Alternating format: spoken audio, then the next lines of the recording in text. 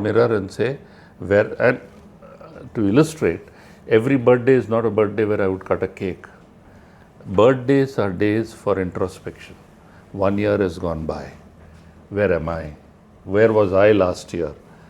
How many more people do I know? What new knowledge have I gained? Where am I in the organization? Am I going up or down? People, and the focus has to be on observing and absorbing and adapting yourself, not so much as he's been promoted, she's been promoted, he got a raise, I didn't get a raise, and then start, feeling depressed and fighting for it, as much as analyzing as to why he or she. There are enough situations where others undeserving have got a raise. There are enough situations where undeserving are also leaders. But we have to realize leadership also involves sustainability. It is, you have to be able to sustain yourself as a leader. You can become a leader, but to be able to sustain yourself. And those who sustain themselves are in a position to influence even after they are not in that chair. Even after they retire, people reach out to you.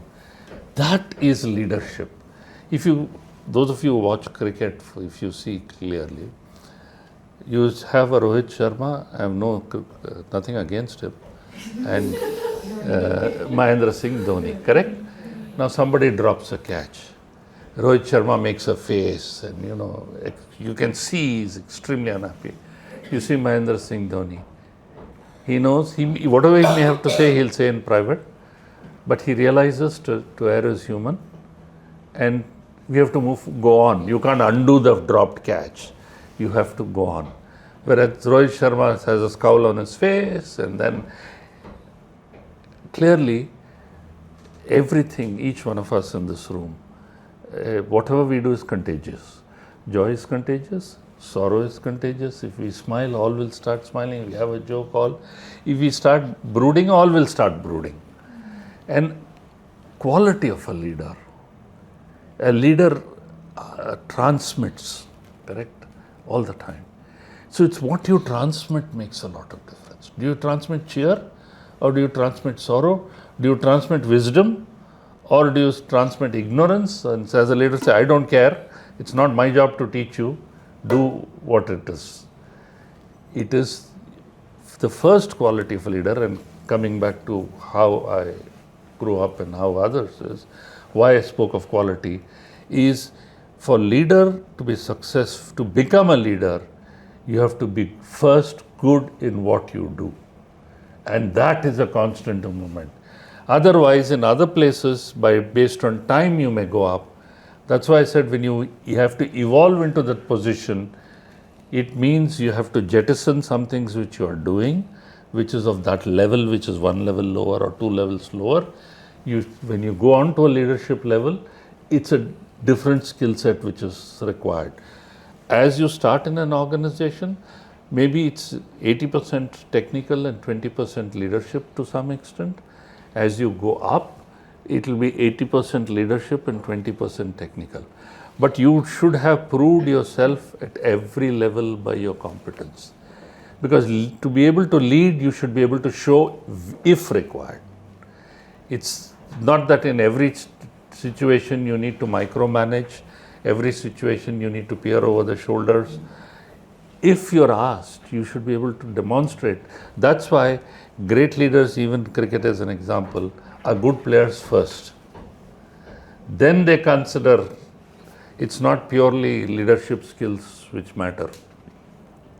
Having said that, it is also important for a leader, two things are important, amongst many others which are. One is to be able to take failures. There is nothing in life without ups and downs. There will always be ups and downs. Are you prepared for failure? Do you have that level of patience to become a leader? Have I done mistakes in my life? Sure, I have done mistakes in my life. Have I been forgotten in promotions? Yeah, sure, I have been forgotten. But I could have said, oh, I'm leaving this organization, this has forgotten me. I stayed with the organization for 45 years. And there have been ups and downs. And there have been finally situations where people who were my bosses I became their bosses. You can imagine what it means for that. if somebody who's been your boss and you looked up to is today your boss, because you have evolved. And but then it's how you deal with those persons matter a lot of things. The second thing, which is extremely important, and we tend to ignore that, is leaders need to take all what in accounting language we call all the debits and own up for flaws and pass on the credits. A classic example, you must have heard this, was Satish Dhawan, who was the head of Indian Space Research Organization, right?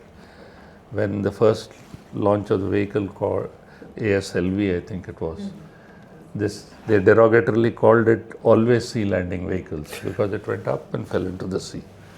So the press conference, he was asked, how did it happen? Who's responsible? Are you going to take action? He said, I'm responsible.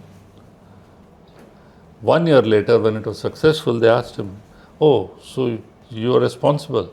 He says, no, I'm not responsible. Ask them, how did it happen when it was successful? That is leadership. You'll always get the credit, but it is collective success as opposed to individual success which makes you a leader. A leader should have a team, right? He can have a team only when there's collective success. Otherwise, you're solo. Yeah.